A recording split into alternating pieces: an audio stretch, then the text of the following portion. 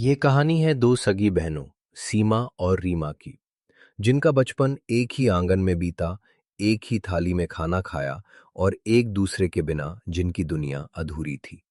सीमा स्वभाव से शांत, समझदार और धैर्यवान थी, जबकि रीमा थोड़ी तेज, जिद्दी और अपनी बात मनवाने वाली। माँ हमेशा कहती थी, बेटियों, साथ रहोगी तो दुनिया जीत लोगी। लेकिन अगर तुम दोनों के बीच दूरी आ गई तो कोई भी तुम्हें तोड़ सकता है।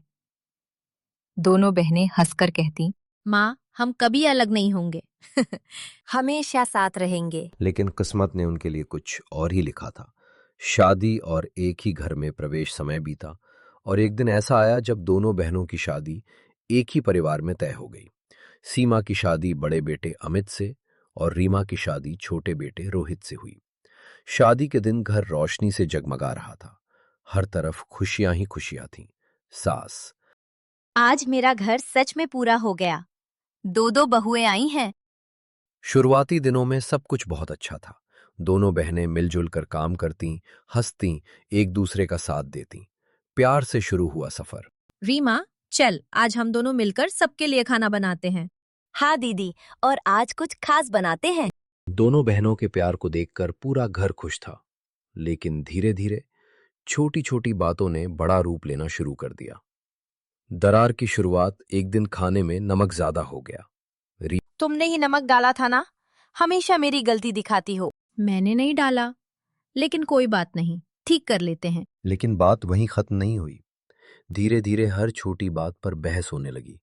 काम को लेकर, जिम्मेदारियों को लेकर, घर में किसकी ज्यादा इज्जत है, इस बात को लेकर।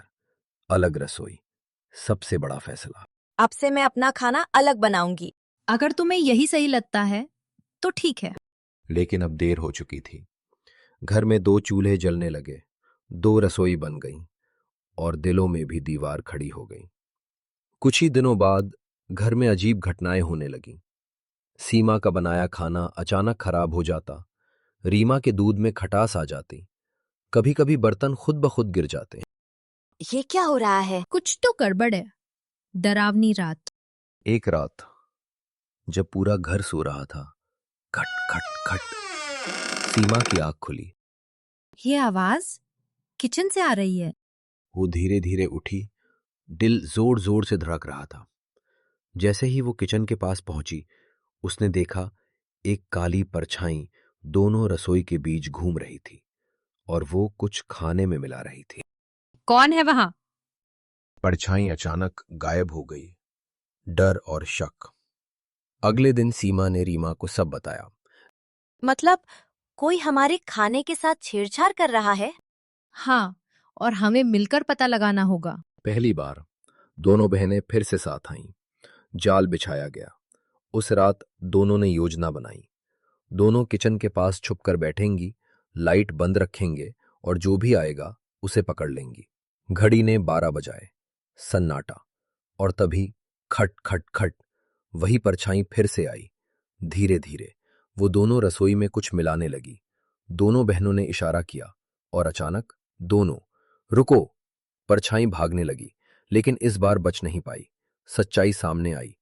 जब चेहरा सामने आया तो दोनों हैरान रह गईं। वो घर की पुरानी नौकरानी थी। मुझे माफ कर दो। मैं चाहती थी कि तुम दोनों में झगड़ा चलता रहे ताकि मुझे कम काम करना पड़े। इसलिए मैं खाने में छेड़छाड़ करती थी। दोनों बहनों की आंखें नम हो गईं। हम कितनी बेवकूफ थीं। हमने खुद ही अपने रिश्ते में दरार डाल दी। अगर हम साथ रहते तो कोई हमें तोड़ नहीं सकता था। दिलों का मिलन। अगले दिन दोनों बहनों ने एक बड़ा फैसला लिया। अब कोई अलग रसोई नहीं होगी। अब खाना एक साथ बनेगा और दिल भी साथ रहेंगे।